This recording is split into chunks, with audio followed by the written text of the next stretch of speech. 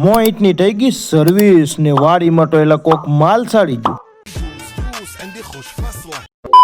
જય માતાજી, જય શ્રી કૃષ્ણ. ને અત્યારે બ્લોગ સ્ટાર્ટ કર્યો છે બપોર પછી. તો અત્યારે સમય થયો છે 4:30 ને હજી આપણે આગળ કામ પૂરું કરીને હાલાવી છે.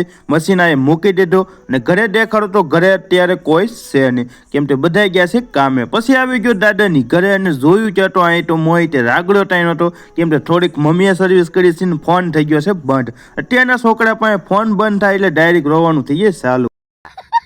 પછી તો મારે પણ ઘડીક એની સાથે રમવું પીધું, હાવજ આવજ આ રીતે રમવાનું આપણે ચાલુ કર્યું. ત્યાં તો રાગે પડી ગયો ને હું ઉપડી ગયો. પછી ગામમાં આવી ગયો. ગામમાં ને જોવો તો આ ભાઈ પણ આવી ગઈ છે ગાડીની ચાવી. ને આ એસુ છે ને એ ભાઈ ગાડીનો છે મેન શોખીન.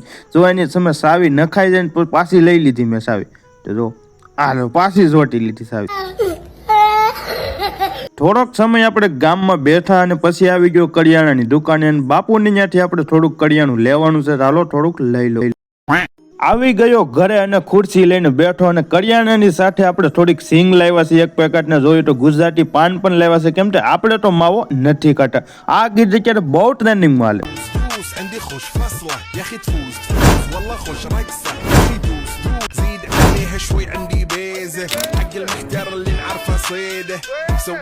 આ ગીત માટે મને પણ કઈ ટપો ન પીડ્યો ને પછી લીધું ગુજરાતી પાન ને. આની અંદર જો તો આ રીતનું પાન આવ્યા છે ને હાલો ખાઈ લો. હા, ये बड़ी अच्छी बात कही. ઘરેથી ઉપડી ગયો છો વાડીએ.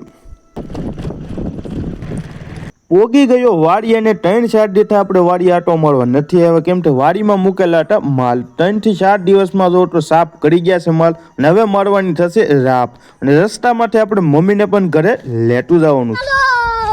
વાડીએથી પોગી ગયા છે ઘરે અને મમ્મી ધોવે અત્યારમાં હાથ પગને અહીંયા કરી મિની બ્લોક પૂરો. હજી ફોલો ન કર્યો તો વાલા ફોલો કરતા જાઓ.